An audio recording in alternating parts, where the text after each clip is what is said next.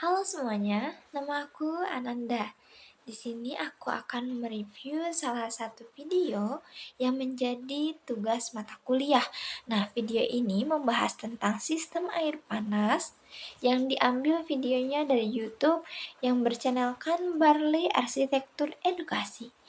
Nah, mari kita simak dulu yuk apa aja yang di dalam video ini. Assalamualaikum warahmatullahi wabarakatuh. Sistem air panas pada bangunan tinggi. Sistem air panas ini merupakan salah satu bagian dari sistem sanitase, drainase, dan plumbing. Kalau kita lihat di diagram, terdiri dari ada air bersih, air kotor, dan air bekas, air hujan.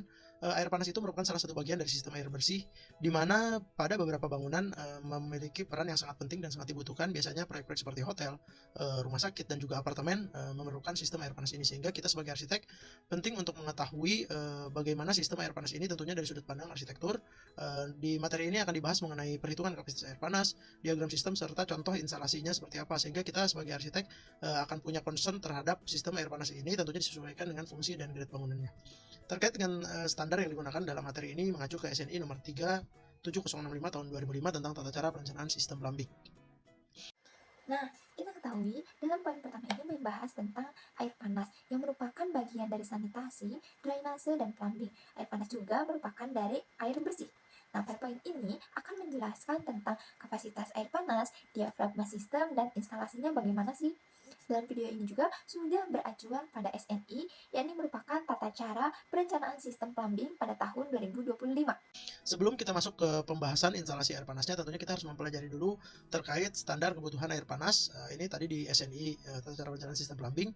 Jadi terkait kebutuhan air panas ini terdapat nilai-nilai atau angka berdasarkan fungsi bangunannya. Misalnya kebutuhan pemakaian air panas per liter per orang per hari tergantung dari fungsi bangunannya. Misalnya ada rumah tinggal 50 liter untuk menggunakan shower, terus apabila ada bathtub menggunakan 100 liter, terus juga rumah susun, hotel 110 liter, dan lain sebagainya. Jadi masing-masing fungsi bangunan memiliki kebutuhan air panas yang berbeda.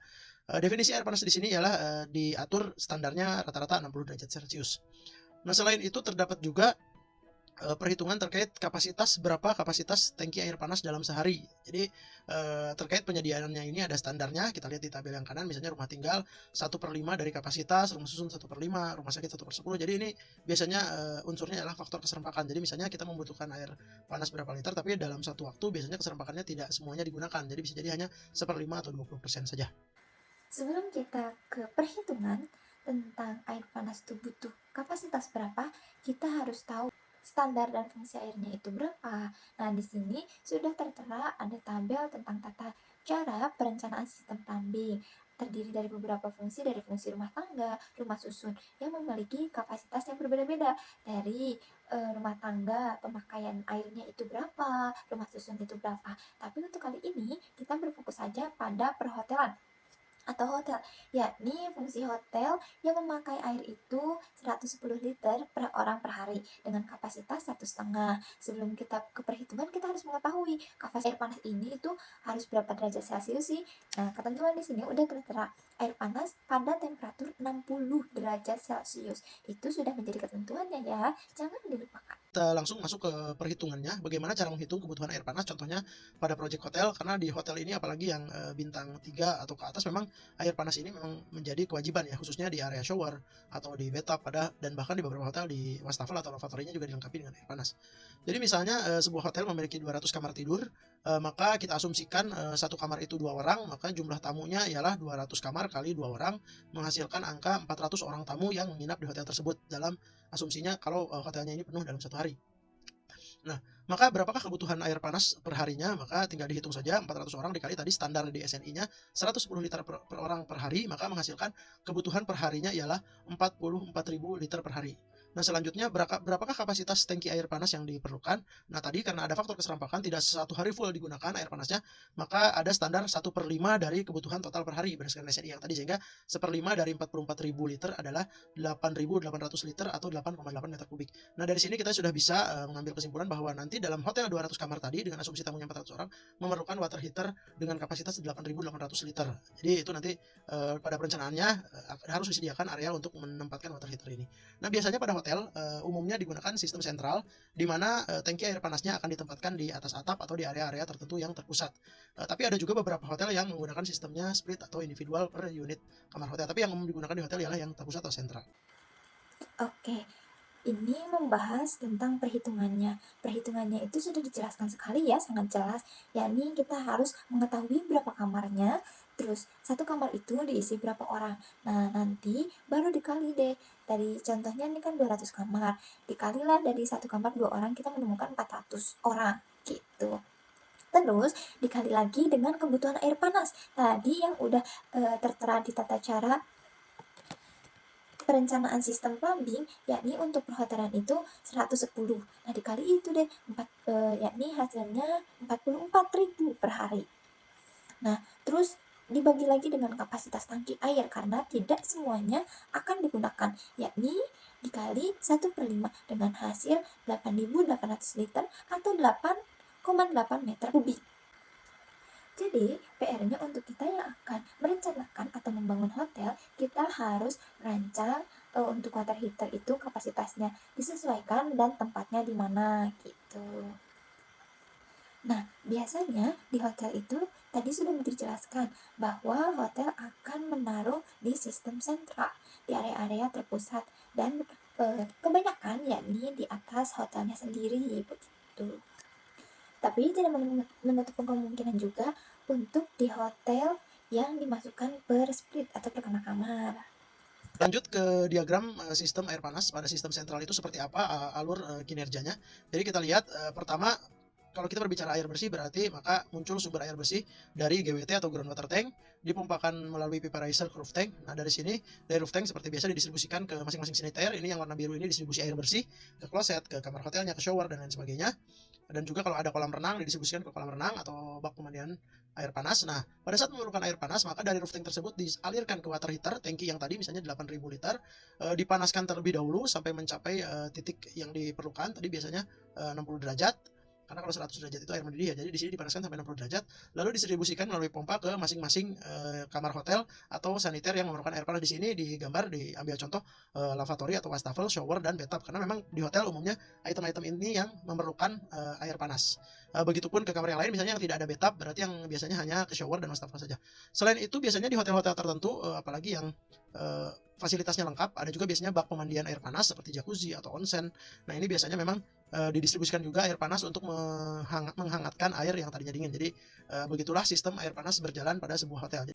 Nah, di diagram sistem air panas, sistem sentral ini yakni yang pertama dari sumber air bersih yang terdapat dari GWT, terus ditarik oleh pompa dan didistribusikan oleh pipa-pipa yang pipa-pipa biru ini ya, yang bergambar biru itu, yang berisi air bersih.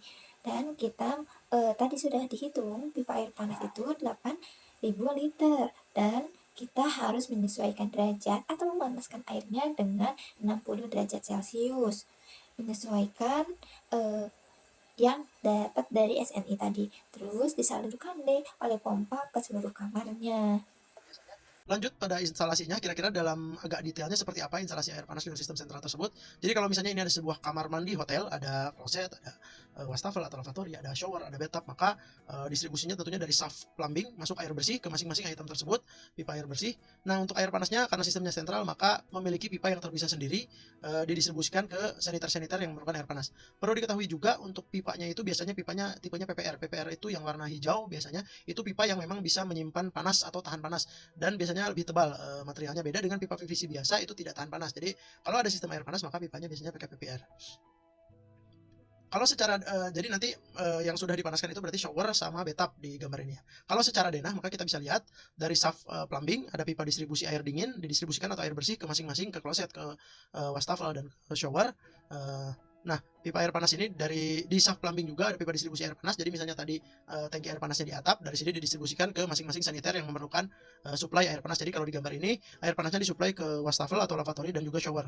Nah, yang harus diperhatikan Jadi item-item ini nantinya akan ada mixer di saniternya atau di fittingnya, misalnya keran atau shower, di mana mixer tersebut yang akan memix atau mencampurkan antara air panas dan air dingin. Jadi penting bagi kita sebagai perencana arsitektur untuk menentukan saniter-saniter apa yang akan dipasang, karena ini sesuai dengan fungsinya. Misalnya hotel ya pastinya harus wastafel sama showernya pada umumnya harus bisa air panas dan air dingin, sehingga nanti mixernya di mix menjadi air yang keluar dari keran atau dari shower tersebut menjadi air hangat yang sesuai dengan kebutuhan tamu itu sendiri. Jadi bisa diatur ya kehangatannya seperti apa, tinggal di switch ke kanan kiri atau diputar.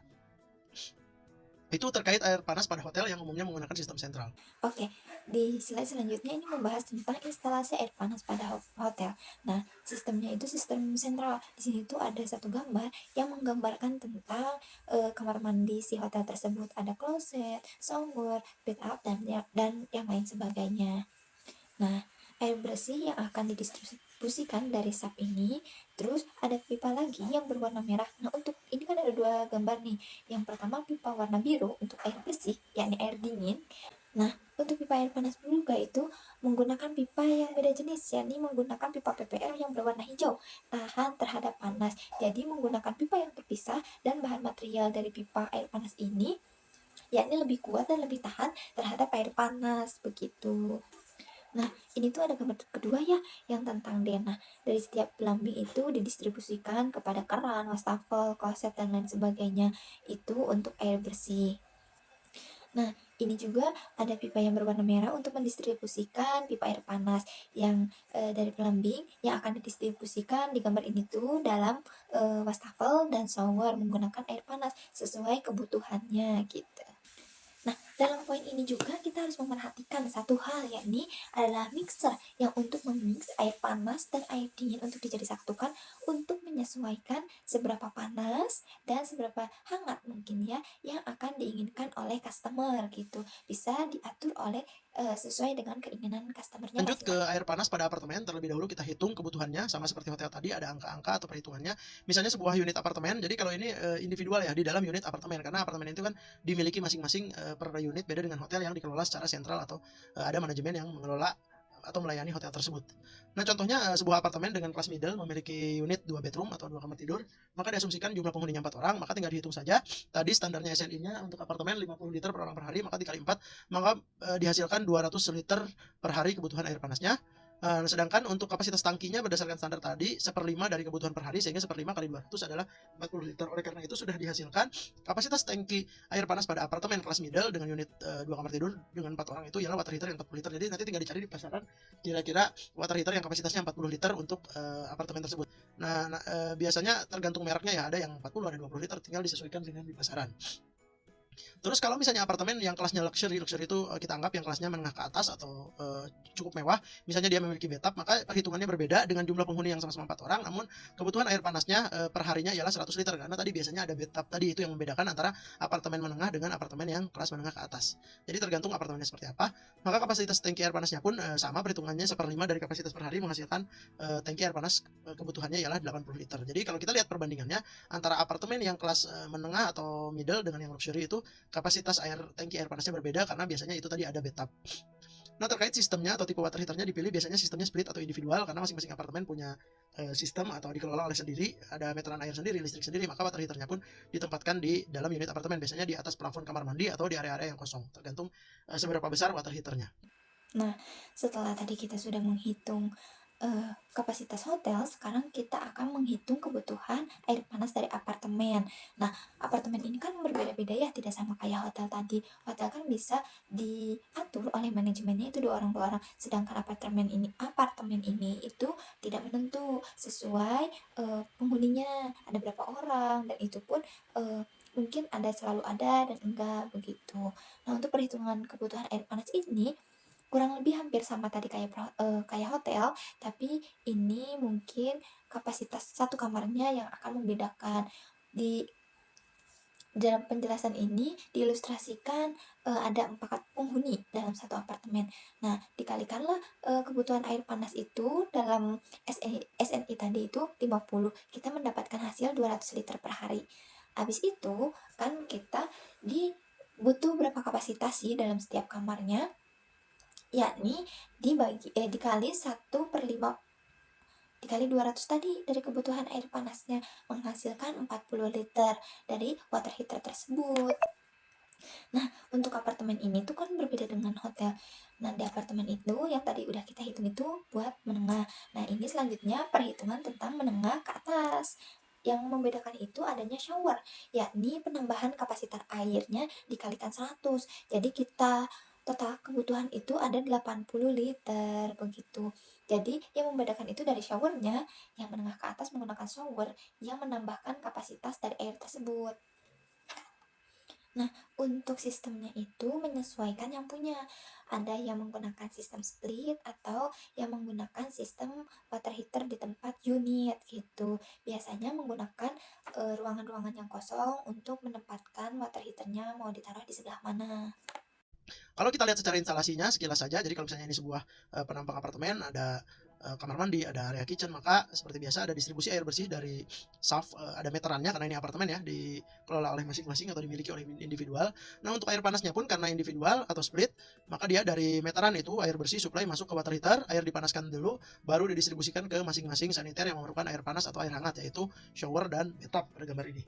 Kalau secara contoh denah apartemen yang sederhana, maka mirip dengan hotel tadi, cuma bedanya di sini ada meteran karena apartemen, terus didistribusikan air bersih ke masing-masing saniter. Nah, yang air panasnya ialah dari meteran masuk ke water heater, dipanaskan, lalu langsung distribusikan ke saniter yang dimaksud. Jadi kebetulan di apartemen biasanya wastafel atau lavatory itu tidak disuplai dengan air panas, hanya air dingin saja. Jadi biasanya yang ada air panas di apartemen adalah hanya shower dan bathtub saja. Jadi tergantung juga, kalau siapa tahu apartemen atau tempat tinggalnya itu pengennya wastafel atau lavatory yang ada air panas, ya bebas itu. Jadi tinggal disesuaikan dengan kebutuhan.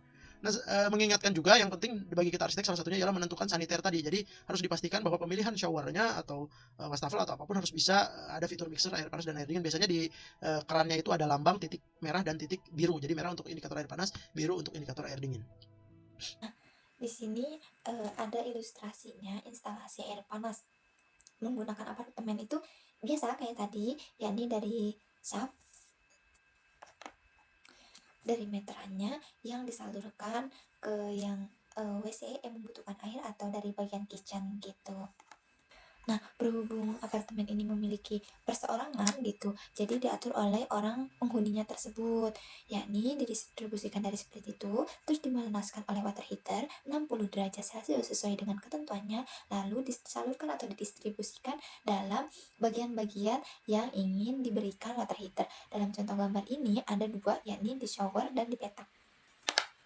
Nah, di sebelahnya lagi juga ada gambar denah yang kurang lebih hampir sama, yang akan didistribusikan airnya dari meteran itu didistribusikan ke semua area yang membutuhkan air.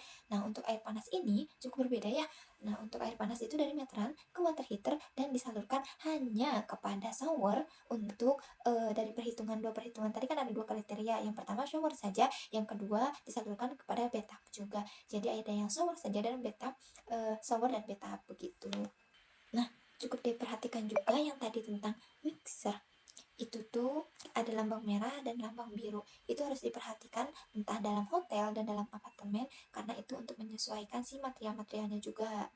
Kita lanjut pada perhitungan kebutuhan air panas yang lain. Jadi ada alternatif lain dalam menghitung air panas berdasarkan riset tadi, di mana bisa dengan cara perhitungan jumlah orang seperti perhitungan sebelumnya, bisa juga dengan menghitung berdasarkan tipe atau instalasi saniternya. Jadi kalau kita lihat di gambar, ada beberapa standar pemakaian. Jadi misalnya kita lihat bak cuci tangan atau wastafel standarnya 7,5 untuk pribadi, 7,5 liter, terus bathtub 100 liter. Nah, ini berdasarkan saniternya. Dan di sini pun ada faktor keserpakan, sehingga untuk rumah pribadi atau rusun kantor dicadangkan 30% dari kebutuhan per hari. Jadi ini benar-benar dihitung berdasarkan fitur saniter apa yang ada di dalam unit atau di dalam ruangan tersebut. Nah, selanjutnya itu dijelaskan standar kebutuhan air panas sesuai dengan SNI. Nah, di sini adalah pemakaian air panas. Di sini tuh ada beberapa alat pelambingnya, ini dari bak cuci tangan pribadi, terus untuk umum dan lain sebagainya, itu menyesuaikan dengan kapasitas pemakaiannya per liter, disesuaikan dengan ketentuan yang ada di tabel ini. Dan kita perlu perhatikan untuk faktor pemakaiannya pada rumah sakit dan hotel itu 25%, yakni dari rumah pribadi, rumah susun, kantor itu 30%, dan untuk pabrik dan sekolah itu menggunakan 40%-nya. Kita langsung masuk ke contoh perhitungannya saja. Misalnya sebuah apartemen, bagaimana cara menghitung air panasnya berdasarkan fitur-fitur saniternya. Misalnya apartemen luxury 3 bedroom memiliki 2 kamar mandi, biasanya 1 kamar mandi pada kamar tidur utama, 1 kamar mandi untuk umum. Nah, pada apartemen tersebut terdapat kamar mandi A yang isinya ada 1 bathtub, 1 shower, 1 lavatory atau wastafel. Sementara kamar mandi B untuk kamar mandi anak biasanya 1 shower dan 1 lavatory. Jadi dihitung berdasarkan saniter. Maka kita tinggal hitung berdasarkan standar SRI tadi. Contohnya di kamar mandi A ada 1 bathtub, maka dia membutuhkan air panas 100 liter, shower 50 liter kali 1 shower, lavatory 7,5 liter, sehingga di kamar mandi A memerlukan kebutuhan air panasnya 157,5 liter. Sementara di kamar mandi yang B, yang kamar mandi satunya hanya ada shower dan lavatory saja, dihitung showernya 50 liter, lavatorynya 7,5 liter, maka dibutuhkan air panas 57,5 liter. Nah, sehingga total kebutuhan air panas pada apartemen berdasarkan saniter ini ialah 157 tambah 57,5 menjadi 215 liter. Nah, jadi ini pendekatannya biasanya lebih akurat, maka angkanya pun berbeda dengan tadi yang asumsi dengan jumlah orang. Selanjutnya berapakah kapasitas air panasnya? Jadi di sini dihitung berdasarkan 30% dari kebutuhan per hari, maka dihasilkanlah 30% dari 215 liter, sehingga kebutuhan air panas per harinya adalah tangki air panasnya 64,5 liter. Nah, untuk kebutuhannya 64,5 liter ini, maka disarankan dinaikin ke atas ke 70 atau 80 liter, tapi intinya adalah disesuaikan dengan tangki air panas yang ada di pasaran. Karena kalau untuk apartemen ini beda dengan hotel, kalau sistem sentral biasanya pesan tangki yang sekian ribu liter, tapi kalau apartemen itu karena individual biasanya beli berdasarkan merek dan kapasitasnya sudah ada di merek tersebut. Pilihannya misalnya ada 20, ada 80, nanti kita asumsikan saja untuk project ini 80 liter. Terus sistemnya atau penempatannya ialah split atau individual dengan 1 water heater untuk supply 2 kamar mandi sekaligus. Jadi kalau contoh sebelumnya 1 water heater untuk 1 kamar mandi, sementara ini 1 water heater untuk beberapa kamar mandi. Jadi tergantung tadi kebutuhan saniternya seperti apa. Nah, biasanya penempatannya ditaruh di si water heaternya di atas plafon kamar mandi. Jadi umumnya digunakan di apartemen atau rumah-rumah mewah lah, sistem seperti ini. Ternyata cukup banyak juga di dalam kebutuhan air panas di apartemen ini sudah ada perhitungannya ya. Dari pertama itu apartemen luxury yang memiliki 2 kamar. Nah, ini tuh ada sanitasinya tuh ada 2 tipe, dari tipe A dan tipe B yang terdiri 1 bathtub, 1 shower dan lavatory. Nah, yang selanjutnya tipe B itu 1 shower dan lavatory. Yang dihasilkan dijumlahkan dari perhitungan tadi, kita mengambil jumlahnya yakni disarankan 70 sampai 80 liter, menyesuaikan apartemen dan yang dipasangnya itu apa. Menyesuaikan dengan tangki air panas yang ada di pasaran, karena untuk apartemen ini memesan pribadi sesuai dengan kapasitas dan ukurannya. Wah, ternyata di sini juga cukup unik ya dalam water heater yang tadi apartemen pertama itu untuk water heater dan 1 fungsi. Sekarang yakni untuk water heater untuk 2 fungsi yang kamar mandi A dan kamar mandi B. Jadi si water heater itu dibagi 2. Nah, tergantung pada kebutuhan saniter si pemilik apartemen itu. Untuk penempatannya tergantung menyesuaikan tempat yang kosong dan sesuai untuk menempatkan water heater. Dan untuk sistem ini ternyata untuk apartemen dan di rumah-rumah yang mewah, jadi mungkin cukup rumit dan cukup teliti karena banyak item-item yang harus dipakai dan dimasukkan dalam perhitungannya.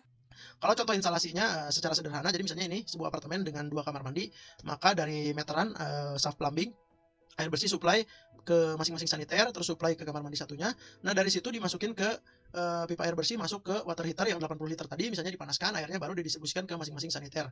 Jadi tadi dimasukkan ke wastafel, ke bathtub, terus ke kamar mandi yang satunya itu ke shower dan lavatory atau wastafel saja. Jadi ini yang umum digunakan di apartemen-apartemen yang kelasnya menengah ke atas atau rumah-rumah mewah. Jadi kurang lebih seperti ini ilustrasi gambarannya.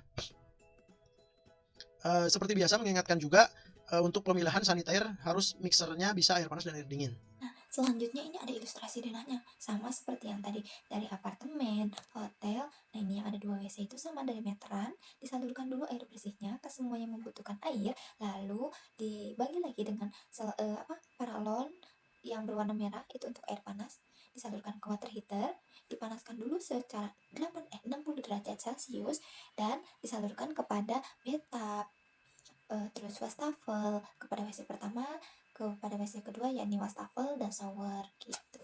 Terakhir kesimpulannya, bagaimana kita sebagai arsitek terkait perencanaan sistem air panas ini.